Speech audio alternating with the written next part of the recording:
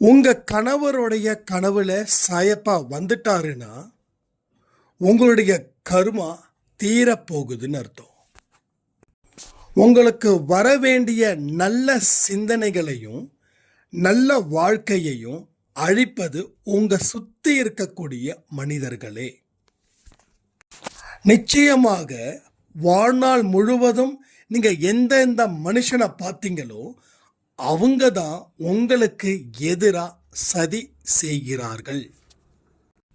ஒரு சாய்ராமுக்கு ஒரே வாரத்தில் கடும் சோதனையும் அதே வாரத்தில் மிகப்பெரிய சாதனையையும் சாய்ப்பா அமைச்சு கொடுத்துருக்கிறாரு. தீவிரமான பக்தி ஒன்றே உங்க வாழ்க்கையை மாற்றக்கூடிய கருவியா மாறப்போகுது.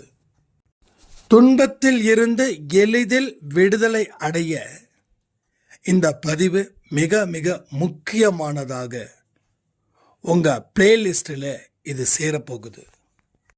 அவர் உங்களை அரவணைக்க தயார். பொறுமையோடும் நிதானத்தோடும் இந்த பதிவு முழுவதுமாக 2 முறை கேளுங்கள். நிறைய விஷயங்கள் சாய்ப்பா நேரடியாக வந்து பேசுவார். ஓம் சாயிரா சாயிரா, ஓம் சாயிரா சாயிரா, ஓம் சாயிரா சாயிரா, அன்பே சாயிரா, பேரன்பே சாயிரா, அகிலம் தளிக்க ஆத்மா விழிக்க அனுதினம் சாயிரா, எங்கள் அன்பே சாயிரா.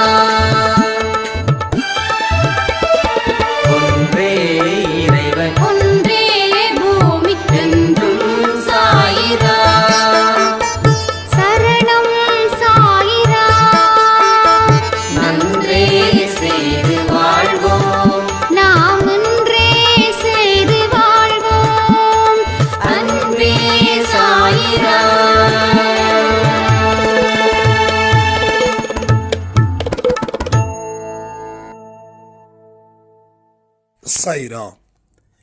என் உயிரின் உயிரானவர்களே, என்ன நடந்தாலும் சாயப்பாவுடைய பாதத்தை மட்டும் கைவிட்டுடாதீங்க. என்ன வேணாலும் உங்க வாழ்க்கையில் நடந்திருக்கலாம், நடக்கலாம். அப்போ ஒவ்வொரு விஷயமும் நடக்குதுன்னா காரணம் இல்லாம எதுவுமே நடக்காது. உங்க வீட்டில் ஒரு பொருள் திருடு போனாலும் சரி, நீங்க நினைச்ச ஒண்ணு கிடைக்காம இருந்தாலும் சரி, இது எல்லாமே காரணத்தோட தான் இங்க நடக்குது. இதனால நீங்க வருத்தப்படுறதோ கவலைப்பட்டு உங்களை அழிச்சுக்கவோ தயவு செய்து வேண்டாம். உங்களை நீங்க அழிச்சுக்கிட்டா அடுத்த அடி எடுத்து வைக்க முடியாது. உங்களை நம்பி இருக்கிறவங்களுக்கும் அது மிகப்பெரிய கஷ்டத்தை கொடுக்கும். இதையெல்லாம் புரிஞ்சுக்கிட்டு கவலைகளை ஒரு ஓரமா ஒதுக்கி தள்ளுங்க. வாழ்க்கையில வளர்ச்சின்ற பாதத்தை மட்டும் கையில எடுங்க. அழிக்கக்கூடிய எந்த பாதையிலையும் நீங்க பயணங்கள் தயவு செய்து செய்யாமல் இருப்பது உங்களுக்கும் உங்க குடும்பத்துக்கும் நல்லது.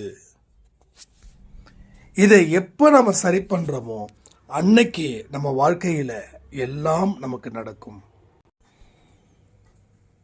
பெரும்பாலான மனிதர்கள் நல்ல திறமையோட செயல்பட்டு வாழ்க்கைய தக்க வச்சுக்கிறாங்க. ஆனா அவங்களுக்கோ ஏதாவது ஒரு பிரச்சனைகள் வந்துடுச்சுன்னா தக்க வச்சதை அழிச்சுக்கிறாங்க. அப்போ ப்ராப்ளத்தால அவங்களுடைய ஃபோக்கஸ் மாறுது. நீங்க என்ன பார்க்குறீங்களோ அதுதான் உங்க மனசுல வந்து நிக்குது. அப்போ ப்ராப்ளம் உங்க வாழ்க்கையில இருக்குதுன்னா அந்த ப்ராப்ளத்தை மட்டும் பார்க்கறதால உங்க வாழ்க்கை மேலும் மேலும் சிக்கல்களை ஏற்படுத்துது. அந்த சிக்கல்களை அவிழ்க்க முடியாமலே அடுத்த சிக்கல்கள் தயாராக நிக்குது. அப்ப வாழ்க்கையில பிரச்சனைகளை கண்டுக்க வேண்டாமா? கண்டுக்காம நான் போகணுமா? கண்டுக்காம போனா மறுபடியும் சிக்கல்கள் ஜாஸ்தி தானே செய்யும் அப்படின்னு கேட்கலாம். ரெண்டே விஷயங்கள் தான் ஒரு மனுஷனோட வாழ்க்கையை அழிக்குது. ஒன்று, வரக்கூடிய பிரச்சனையை அலட்சியப்படுத்துறது. மற்றொன்று, பிரச்சனைகளை பார்த்து பயந்து நடுங்கிறது. இந்த ரெண்டு விஷயங்கள் தான் ஒரு மனுஷனை அழிக்குது, ஒரு மனுஷனை தண்டிக்குது, ஒரு மனுஷனோட வாழ்க்கையை சீர்குலைக்குது. பாயிண்ட் புரியுதா உங்களுக்கு? அப்போ இதை கண்டுக்கவும் கூடாது, பயப்படவும் கூடாது. அதே நேரத்தில் தைரியமா ஃபேஸ் பண்ணவும் தயாரா இருக்கணும். எனக்கு ஒரு பிரச்சனை வந்திருக்குது அப்படின்னா அந்த ப்ராப்ளம் சால்வ் பண்ண முடியாம இல்லை, அதை சால்வ் பண்ண முடியுன்ற நம்பிக்கையும் தைரியமும் இங்கே இருக்கணும். இங்க பெண்கள் தான் முன்னாடி அந்த தைரியம் நம்பிக்கை இல்லாம இருந்தாங்க. ஆனா இன்னைக்கு பெண்களை விட ஆண்கள் பலகீனமா இருக்காங்க. ஒரு விஷயத்தை தன்னால செய்ய முடியலன்ற பயம், ஒரு குற்ற உணர்ச்சி, நம்ம பொண்டாட்டியை காப்பாற்ற முடியல, நம்ம குழந்தைங்களை காப்பாற்ற முடியல, அந்த விரக்தியில தான் அவர்கள் மாற்று பாதையை தேர்ந்தெடுக்கிறார்கள். அதுல அவங்க தீயவைகளும் செய்வதற்கு அது முக்கியமான ஒரு வழியா இருக்குது. நல்லா பாருங்க, உங்க கணவர் ஒரு காலத்துல நல்ல மனுஷனா இருந்திருப்பார், இனிமையானவனா இருந்திருப்பார், அன்பு செய்வதில் வல்லவரா இருந்திருப்பார், அடுத்தவர்களுக்கு உதவி செய்வதில் வல்லவரா இருந்திருப்பார், அடுத்தவங்களுடைய மனசை காயப்படுத்தக்கூடாதுன்னு அப்படிப்பட்ட கேரக்டர்ஸ் இருக்கக்கூடிய ஒரு மனுஷனா இருந்திருப்பார். இருந்தாரா இல்லையா? கமெண்ட் பண்ணுங்க. ஆனா இப்போ ஏன் அப்படி இல்லை அப்படின்னா, ஒரு ப்ராப்ளத்தை அவர் ஃபேஸ் பண்ணியிருப்பார், அந்த ப்ராப்ளத்தை பார்த்து பயந்து இருப்பார். அந்த பயத்தின் வெளிப்பாடு தன்னால ஒரு நல்ல வாழ்க்கையை வாழ முடியல, தன்னால தன்னுடைய குடும்பத்துக்கு பாதுகாப்பு கொடுக்க முடியல, அந்த விரக்தியில நிறைய இழந்திருப்பார். அதை எல்லாம் பெறணும்னு சொல்லி என்னென்னமோ செஞ்சிருப்பார். திரும்ப திரும்ப தோல்விகள் வந்திருக்கும். அதனால அவர் தன்னை சந்தோஷப்படுத்திக்கவும் தன்னுடைய கவனத்தை வேறு பக்கம் மாற்றவும் தான் தப்பான வழிகளில் ஈடுபடுகிறார். இது உண்மையா இல்லையா? பிறக்கும் போதே யாரும் தப்பான மனுஷனா பிறக்கல. வளரும் போது தான் ஒவ்வொரு விஷயமா நடக்குது. அப்போ எல்லாத்துக்குமே ஒரு டர்னிங் பாயிண்ட் இருக்குது. அது உங்களுக்கு வாழ்க்கையில மிகப்பெரிய மோசமான அனுபவத்தை அது கொடுக்குது. ஒரு எக்ஸ்பீரியன்ஸ் தான் இங்க எல்லாத்துக்கும். அப்போ மனபலம், மன தைரியம் இல்லாம இருக்கும்போது நம்மளுடைய எண்ணங்கள் வேறு போல மாறுது. ஏன்னா ஒரு மனுஷனுக்கு இவ்வளவு சந்தோஷம் இருந்தாதான் அவனால வாழ முடியும். ஃபார் எக்ஸாம்பிள், நம்ம சாப்பாடு சாப்பிட்றோம், ஒரு நாளைக்கு சாப்பாடு, அரிசி இதெல்லாம் பேஸ் பண்ணும்போது ஒரு 200 கிராம், ஒரு 1/4 கிலோ சாப்பிட்றோன்னு வச்சுக்கோங்களேன். அடுத்த நாள் 100 கிராம், அடுத்த நாள் 50 கிராம், அடுத்த நாள் 10 கிராம் சாப்பிட்டா என்ன ஆகும்? அப்போ அது பத்தாம அதை ஈக்குவல் பண்றதுக்கு நம்ம வேற ஏதோ சாப்பிடுவோம். அதே போலதான் ஒரு மனுஷனுக்கு இத்தனை சதவீத நம்பிக்கை, இத்தனை சதவீத தைரியம், இத்தனை சதவீதம் சந்தோஷம், இது எல்லாமே இருந்தாதான் அவன் தன்னுடைய வாழ்க்கையை ஃபோக்கஸ் பண்ணுவான். உங்க கணவருக்காக நான் இவ்வளவு தூரம் ஏன் சொல்றேன் அப்படின்னா, அவங்கள தண்டிக்கிறதால அவங்க திருந்த போவது இல்லை. அவங்களுடைய ஆழ் மனசுக்குள்ள இருந்து தான் நான் பேசிக்கிட்டு இருக்கேன். உங்கள் கணவரோ உங்கள் குழந்தைங்களோ இல்லை உங்கள் நண்பர்களோ ஏதாவது ஒரு விஷயத்தில் அஃபெக்ட் ஆகி உங்களை அவங்க காயப்படுத்துவாங்க. இப்போ அது கிடைக்கல அப்படின்னும் போது அவங்க ஆர்டிஃபிஷியலாக சில விஷயத்தை தேடுறாங்க. ஆர்டிஃபிஷியலாக. அப்போ அந்த ஆர்டிஃபிஷியல் என்ன தேட முடியும்? மது, மாது. ஒன்று பொம்பளைங்களை தேடி போவாங்க, இல்லைன்னா தண்ணி அடிப்பாங்க, இல்லை ரெண்டும் சேருவாங்க. நிறைய பெண்கள் நீங்கள் என்கிட்ட சொல்கிறது என்ன அப்படின்னா, என் கணவர் தண்ணி அடிக்கிறாரு, பெண்களோட சகவாசம் ரொம்ப ஜாஸ்தியாக இருக்குது. அப்போது அதுக்கு அடிப்படை காரணம் இருந்திருக்கும். சில பேர் வேணால் ஸ்டார்டிங்கில் இருந்து அப்படி இருந்திருக்கலாம், கல்யாணத்துக்கு முன்னாடியில இருந்து அப்படி இருக்கலாம். ஆனால் அங்கேயும் ஒரு டேர்னிங் பாயிண்ட் நடந்திருக்கும். ஏதோ ஒரு விரும்பத்தகாத சம்பவத்தினால தான் அவங்க பாதிக்கப்பட்டு இருக்காங்க.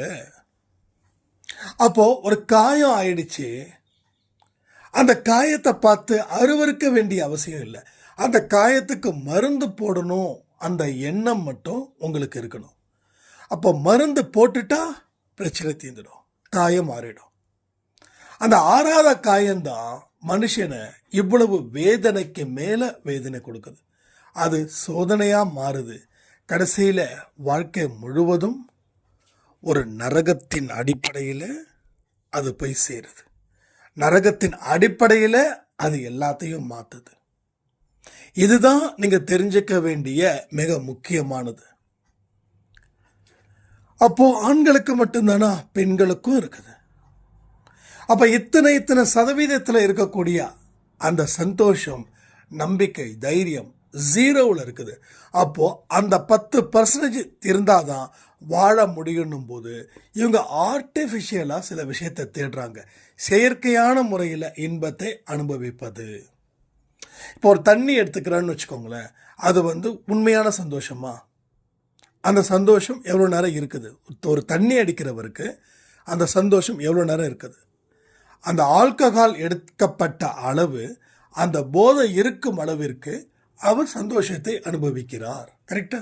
இதுதான் ஆர்டிஃபிஷியலான ஒரு ஹாப்பினஸ், செயற்கை முறையில் வந்த ஒரு மகிழ்ச்சி. சரியா?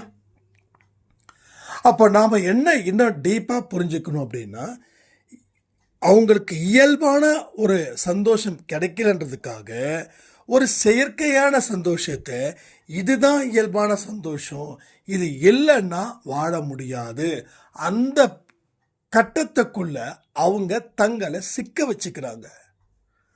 சிக்க வைக்கப்பட்டதன் விளைவு உங்களையும் அந்த வட்டத்துக்குள்ள தள்ளுறாங்க. அப்போ இதுக்கு என்ன தேவைன்னா, ஒன்று பிரார்த்தனை. யாரு? உங்கள் கணவருக்கோ உங்கள் நண்பருக்கோ இல்லை, உங்களுக்கு பிரார்த்தனை. ரெண்டாவது, இது எல்லாமே சரியாயிடும் அப்படின்ற ஒரு நம்பிக்கை. மூணாவது, உங்கள் நல்ல எண்ணங்கள். நாலாவது, உதவி செய்யக்கூடிய தன்மை. பிறருக்கு பொருளாகவோ எண்ணங்களாகவோ சம்திங், ஏதாவது ஒரு விஷயத்தினால பிறருக்கு நீங்கள் உதவி செய்யக்கூடியவர்களா இருக்கும்போது எல்லா விஷயம் குறையுது. ஒன்று தெரியுமா? தொடர்ந்து அன்பே சாயில் சாப்பாடு கொடுத்தவங்களுடைய வாழ்க்கை எப்படி மாறி இருக்கு தெரியுமா? ஒரு குடிகார கணவர் இவரை திருத்த முடியாதுன்னு நினைச்சு சாயப்பா கிட்ட ஒரே ஒரு நாள் கதறி அழுத, நீ பார்த்துக்கோ, இனி என் வேலையை நான் பார்த்துக்கிறேன் அப்படின்னு சொல்லி. அதுக்கப்புறம் இந்த 48 நாள் பயிற்சியில் அன்பு மட்டும் வைக்கணும்னு சொன்னீங்க. எனக்கு சிரிப்பு தாங்க முடியல. இவ்வளவு கடினமாக நான் நடந்துக்கிட்டாலே என் கணவன் என் தலையில் மிளகா அரைக்கிறான். அந்த அம்மா சொன்னது அப்படியே சொல்கிறேன், என் தலையில் மிளகா அரைக்கிறான். இன்னும் அன்பு செலுத்தினா என்ன கேவலமாக நினைப்பான் அப்படின்னு நினச்சேன். ஆனாலும் தம்பி சொல்கிறதில்ல, அதாவது நான் தம்பி சொல்கிறதில்ல ஏதோ ஒரு உடன்பாடு ஏற்பட்டது போலவே இருந்துச்சு. இப்போ ஒரு வாரமாக என் கணவர் குடிக்கிறது இல்லை. எனக்கு முன்னாடி எழுந்து குளிச்சு சாய்ப்பாவுக்கு விளக்கு ஏற்றி 10 நிமிஷம் தியானம் பண்ணுறாரு. எனக்கு ஒன்றுமே புரியல. நானும் அவரை கண்டுக்கவே இல்லை. அதுக்கப்புறமா என்கிட்ட சொல்கிறாரு, என்னன்னு தெரியல, உன்னை இனிமே நல்லா பார்த்துக்கணும்னு தோணுது, நல்லா பார்த்துக்கணும்னு தோணுது அப்படின்னாரா. உடனே அவங்க சொன்னாங்களா, நீ இப்படி தான் சொல்லுவ, மறுபடியும் மாறுவ, குடிகாரம் போச்சு விடிஞ்சா போச்சுன்னு. அப்போ சொன்னாராம், இல்லை, எனக்கு என்னோட குலதெய்வம் கடவுளை நீ குடிச்சிக்கிட்டே இருக்க உன்னுடைய சந்ததிகள் என்ன சொன்னாங்க, வாரிசுகள், அவைகளை ஒவ்வொன்றாக நான் சூலாயுதம் கொண்டு அழிப்பேன்னு சொன்னாங்க. நான் கதறி அழுதேன். நான் குடிக்கிறதால என்னுடைய குழந்தைங்களை நீ ஏன் அழிக்கணும் அப்படின்னு. இல்லை, நீ குடிச்சா நான் அழிப்பேன் அப்படின்னு சொன்னாங்க. அந்த கனவு அடுத்த நாள் அவங்களுடைய மகன் ஃபோன் பண்ணி, அம்மா, என்னோட முக்கியமான வேலை, நான் எதிர்பார்த்த வேலை எனக்கு அசைன் பண்ணல, என்னை வேலை விட்டு நிறுத்திட்டாங்க, என்ன பண்ணுறதுன்னு தெரியலன்னு சொல்லி அம்மா கிட்ட சொல்ல வேண்டாம், அம்மா ஏற்கனவே நீ குடித்த குடியால் பாதிக்கப்பட்டிருக்காங்க, நானும் இதை உங்ககிட்ட சொன்னேன்னா மேலும் பாதிச்சிருவாங்க, அதனால தான்ப்பா நான் சொல்கிறேன்னு சொல்லி கதறி அழுதான். என்னால் என்ன பண்ணுறதுன்னு தெரியல. கனவு பார்த்த மறுநாள் கதறி அழுதா ஃபோன் வந்தது. அப்படின்ன உடனே எனக்கு ஒன்றும் வெளத்து போயிட்டேன் தம்பி. அதுக்கப்புறம் பையன்கிட்ட ஃபோன் பண்ணி நான் அடுத்த நிமிஷம் கால் பண்ணேன், என்னடா ஆச்சுன்னு. என்னம்மா அப்படின்னா, இது மாதிரி வேலை போயிடுச்சுமா அப்படின்னு சொன்னேன். இதை ஏன்டா என்கிட்ட சொல்லலை அப்படின்னதுக்கு, இல்லைம்மா, நீ ஏற்கனவே அப்பாவால் பாதிக்கப்பட்டிருக்க, அதனால தான்மா நான் உங்ககிட்ட இதை சொல்லலை அப்படின்னு சொன்னான். எனக்கு என்ன பண்ணுறதுன்னு தெரியல. அப்போது அடுத்த நாள் முடிவதற்குள் 24 மணி, அதாவது ஈவினிங் இந்த விஷயம் நடக்குது. அடுத்த நாள் காலையில் 8 மணிக்கு அவங்க பையன்கிட்டேருந்து ஃபோன், நம்ம படபடப்பாக ஃபோன் எடுக்கிறாங்க. என்னடா ஆச்சு, இருடா, ஒன்றும் பிரச்சனை இல்லைடா, நான் பிரார்த்தனை பண்ணியிருக்கேன்டா, பிரார்த்தனை நேரத்தில் கொடுத்துருக்கேன்டா அப்படின்னு சொன்ன அடுத்த நாள் அன்னைக்கு முதல் நாள் நம்ம பிரார்த்தனை பண்ணோம். அன்னைக்கு காலைல 10 மணிக்கு நம்ம பிரார்த்தனை பண்ணோம். அப்போ அடுத்த நாள் அம்மா, எனக்கு வேலை கிடைச்சிடுச்சு, நான் எடுத்த ஆர்டர் பார்ட்டி ஓகே பண்ணிட்டாரு, வேலை பர்மனெண்ட்டாக ஆயிடுச்சு, இனி என்னை எவனாலையும் தூக்க முடியாதுமான்னு சொல்லி அழுக இப்போ வரைக்கும் இருக்குதுங்க. என்னோட கணவரும் தேம்பி அழுதாரு. இது மாதிரி உனக்கு எப்படி சாயப்பாவோ, எனக்கு குலதெய்வம் அப்படி ஆக்ரோஷமாக இருந்துச்சு. அப்படி ஒரே வாரத்தில் ஒரு பெரிய சோதனையையும் ஒரு பெரிய சாதனையையும் அந்த குடும்பத்துக்கு கொடுத்துருக்காருன்னா அந்த அம்மாவுடைய பவர். அந்த அம்மா அன்பேசாய் குடும்பத்தில் இணைஞ்சதுக்கப்புறம் செய்ய வேண்டியவைகளை முழுமையாக செய்து உணவு கொடுத்து தினமும் பறவைகளுக்கு காக்காக்களுக்கு சாப்பாடு வச்சு இதெல்லாம் அவங்க செஞ்சதால் வந்த லாபம். நம்ம அடிக்கடி சொல்கிறோம், என்ன சொல்கிறோம், இவர் என்னங்க, அவர் அப்படி தாங்க சொல்லுவார், என்ன நடந்துருச்சு அப்படின்னு குழப்பறதுக்கு உங்களுக்குள்ள 1000 பேர் இருப்போம். நீங்கள் யார் தெரியுமா? இங்கே இருக்கக்கூடிய நீங்கள் கேட்குறீங்க, நீங்கள் யார் தெரியுமா? நீங்கள் ஒருத்தர் நினைக்கிறீங்களா? இதுவரைக்கும் எத்தனை மனிதர்களை நீங்கள் சந்திச்சிங்களோ அத்தனை மனிதருடைய அனுபவத்தையும் நீங்கள் வச்சுருக்கீங்கன்னா அத்தனை மனிதர்களாக நீங்கள் வாழ்ந்துக்கிட்டு இருக்கீங்கன்னு அர்த்தம். இங்கே நீங்கள் பெண்ணாக இருந்தால் கணவருடைய அனுபவம், உங்கள் குழந்தை அனுபவம், உங்கள் அப்பா, உங்கள் அம்மா, உங்கள் அக்கா, உங்கள் தங்கச்சி, ஒன்று விட்ட அண்ணன், ஒன்று விட்ட தம்பி, இது மாதிரி ஒட்டுமொத்த கேரக்டர்ஸ் தான் நீங்கள். ஸோ நீங்கன்றது நீங்கள் இல்லை, ஒட்டுமொத்த கேரக்டர்ஸ். ஆக மொத்தம் உங்கள் அடையாளமே இல்லை, பிறருடைய அடையாளத்தை ஒரு ஒட்டுமொத்தமாக நீங்கள் இருக்கீங்க. அதனால தான் உங்களால் தன்னிலை உணராமல் இருக்கீங்க. எல்லா இதுலேயுமே என்ன சொல்லுவாங்க, தன்னிலை உணரணும், நம்ம நிலைன்றது உணரணும். நான் யார், என் பலம் என்ன, என் பலகீனம் என்ன, பிறருடைய வற்புறுத்துதலால் என் வாழ்க்கையில் நான் வாழ்ந்துட்டுருக்கேன்னா இல்லை நான் புரிஞ்சு தெரிஞ்சு வாழ்ந்துக்கிட்டு இருக்கேன்னா, இது எல்லாமே 1க்கு 10 தடவை யோசிக்கணும். அப்பதான் மற்றவங்களுடைய அடையாளத்தை நாம வெளியில இருந்து எடுக்க முடியும். எத்தனை பேர் வந்தாலும் நீங்களா இருக்க முயற்சிகளும் அதனுடைய தத்துவத்தையும் அதனுடைய ஆற்றலையும் அனுபவமாக நீங்க பெற்றால் அந்த நிலையை உணர முடியும். அதனால தான் நான் சில விஷயங்களை சொல்லும்போது அது உங்களுக்கு நடக்கும் அப்படின்ற நம்பிக்கை இருக்கு. ஆனால் அதை தாண்டி விரக்தி அப்படின்னு ஒன்று இருக்கிறதால அந்த நம்பிக்கையை அது செயலெடுக்க வைக்குது. ஒரு என்னதான் ட்ரீட்மெண்ட்ல இருந்தாலும் டாக்டர் சொல்லக்கூடியதன்படி நம்ம ஃபாலோ பண்ணிட்டா பிரச்சனை இல்லை. அப்போ ட்ரீட்மெண்ட் ஹெவியாக இருக்கு, உயர் ரக ட்ரீட்மெண்ட்டு நடக்குது. ஆனால் பேஷண்ட்டு அந்த நோய்க்கு உண்டானதை திரும்ப திரும்ப செஞ்சுக்கிட்டு இருந்தா எவ்வளவு பெரிய ட்ரீட்மெண்ட்டை கொடுத்தாலும் அந்த நோயாளிக்கு நோய் தீருவது இல்லை. இப்போ நோயாளின்ற ஒரு வார்த்தையே நமக்கு ஒரு மாதிரி கசக்குது. அவர் பேஷண்ட் இங்கிலீஷில் சொல்லும்போது ஸ்டைலாக இருக்கலாம், ஆனால் தமிழில் சொல்லும்போது அவர் ஒரு நோயாளி. இப்போ நோயாளியை யாரும் விரும்ப மாட்டாங்க. அப்போ நோயாளியை அவரே விரும்ப மாட்டார். எனக்கு ஒரு நோய் வந்திருக்குன்னா நானே என்னை விரும்ப மாட்டேன். ஏன்னா செய்ய வேண்டியது நிறைய இருக்குது. ஆனால் இந்த இருமலோ இந்த பிபியோ இந்த சுகரோ இந்த தலை சுத்தலோ இதெல்லாம் சேர்ந்து இருக்குதுன்னு நினைக்கும் போது அந்த நோயாளி ரொம்ப ஃபீல் பண்ணுவார். அப்போ என்ன ஆகுது, உங்களுக்கு நம்பிக்கை இருந்தாலும் அந்த விரக்தின்ற ஒரு நோயாளி அதை கலந்துடுறான். அதுதான் பிரச்சனை. அதனால் ஃபீல் பண்ண வேண்டாம். நான் சொல்வது எல்லாத்தையும் ஆழ் மனதில் வைங்க. ஒரு நாள் அது வெளிப்படும் சக்தியாக மாறிடுச்சுன்னா நீங்கள் சக்தியான மனிதர்களாக மாறி இந்த சமுதாயத்துக்கு நீங்கள் யாருன்னு உங்களால் ப்ரூஃப் பண்ணி உங்களால் மிகப்பெரிய வாழ்க்கையையும் அது வாழ வைக்க முடியும். இதையெல்லாம் புரிஞ்சுக்கிறவங்களுக்கு வாழ்க்கை ஈஸி. புரிஞ்சுக்கிறேன்னா புரிகிற மாதிரி உங்களுக்குள்ள நீங்கள் நிறைய வார்த்தைகளை சொல்லுங்கள். ஏன்னா சில பேர் ஒரே அட்டம்ப்டில் பாஸ் பண்ணிடுவாங்க, பல பேர் 10 அட்டம்ப்ட் தேவை, இன்னும் பல பேருக்கும் 20 அட்டம்ப்ட் தேவை, இன்னும் பல பேருக்கும் 30 அட்டம்ப்ட் தேவை. ஆனால் எத்தனை அட்டம்ப்டாக இருந்தாலும் முயற்சிகளை மட்டும் விடாதீங்க. எல்லாருக்கும் நடக்குது, எனக்கு நடக்கல. இப்போ அந்த அம்மாவுக்கு நடந்தது போல் உங்களுக்கு நடக்கணும்னு விருப்பம் இருக்கும்.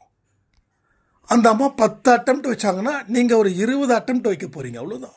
நாளைக்கு உங்களை பற்றியும் நான் சொல்லுவேன். அப்போ உங்களை பற்றி சொல்லும்போதும் இன்னொருத்தவங்களுக்கு நமக்கு அப்படி நடந்திருக்கக்கூடாதா, நமக்கு நடக்காதுன்னு நினைக்காதீங்க.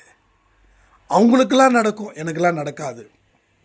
எதுவுமே உங்களை தாழ்த்திக்கவோ ஒரு குற்ற உணர்ச்சியில் சிக்க வைக்கவோ முயற்சி பண்ணாதீங்க. என்றைக்குமே நாம் நம்மளை சிக்க வைக்க தெளிவாக இருக்கிறோம். சிக்க வைக்க வேண்டாம். பிரச்சனைகளை தெரிஞ்சுக்கோங்க, அக்செப்ட் பண்ணுங்கள், கடவுளோட பாதத்தில் விடுங்க, அமைதியான முறையில் இருங்க, உங்கள் கடமைகளை செய்யுங்க. எல்லா பிரச்சனைகளும் சால்வ் ஆகுது. இப்போது அந்த அம்மாவோட கணவர் மூலமாக சாய்ப்பா வரலை, குலதெய்வம். ஏன்னா இவங்களுக்கு சாய்ப்பா உயிர்னா அவருக்கு அவங்க குலதெய்வம் உயிராக இருக்கும்.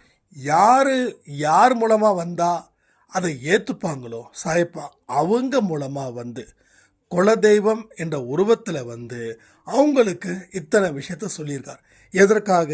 இந்த அம்மாவுடைய நேர்மை, இந்த அம்மாவோட வழிபாடு, இந்த அம்மா கொடுக்கக்கூடிய வள்ளல் தன்மை, பிறருக்கு உதவி செய்வதிலும் பிறருக்காக பிரார்த்தனை செய்வதிலும் தன்னை ஈடுபடுத்திக்கிட்டதால கடவுள் இவங்களுக்கு தேவையானதை எப்படி மாற்றணுமோ, யார் சொன்னால் கேட்பாங்களோ அதன்படி அவரோட கணவரை மாற்றிருக்காங்க.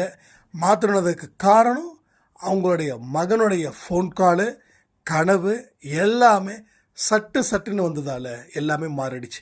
அப்போ எல்லா மனுஷனும் தீயவர்கள் இல்லை.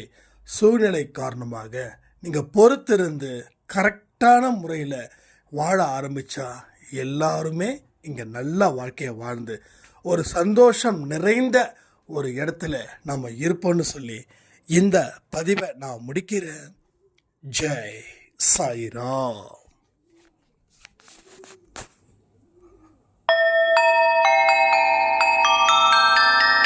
ஓம் சாயிரா, சாயிரா, ஓம் சாயிரா.